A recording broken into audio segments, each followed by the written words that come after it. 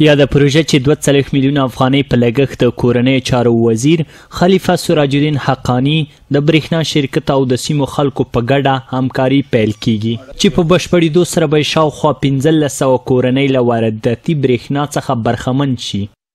دغه پروژه د ولسونو د برېښنا ریاست او د وزارت داخله کومه کمبودي چې لرله په ګډه همکارۍ باندې ترسره کیږي چې تقریبا د 3 میاشتو په جریان کې به دغه پروژه انشاءالله بشپړ شي چې دغه پروژې ټوټل لګښت د درېګونو یعنی د برېښنا ریاست او د خلکو او د وزارت داخله په همکارۍ چې تطبیق کیږي 2 میلیونه افغانۍ مصارف به ورباندې راشي.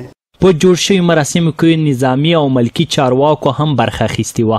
د کورنیو چارو وزارت لومړي مرستیال له خلکو وغوښتل چې د برېښنا له بې ځایه کارونې څخه ډډه وکړي.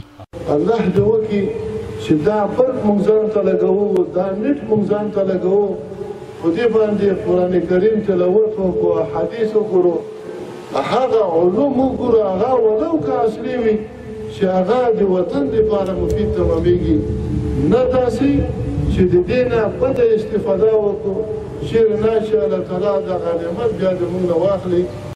بل خوا د سیمې خلک د یادې پروژې د چارو له پیلېدو خوښ دي او وایي دا به په ژوند کې مثبت بدلون رامنځته کړي. موږ الحمدلله نن ډېر خوشحاله یو. دلته موږ برق نه لرو او د برق ابتدا وشوه. دلته ډېر داسې خلک غریبان وو چې ستا خو شمسیانو واس لره، بیټرۍ نه به لره.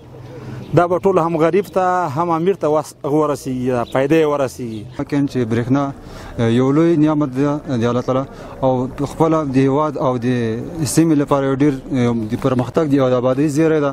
موږ کولی شو پخوا ډېرو مشکلاتو ستونزو سره مخامخ وو، لکه پخوا به ډېرې غټې غټې ودانۍ وي خو متاسفانه برېښنا به نه وه موجوده.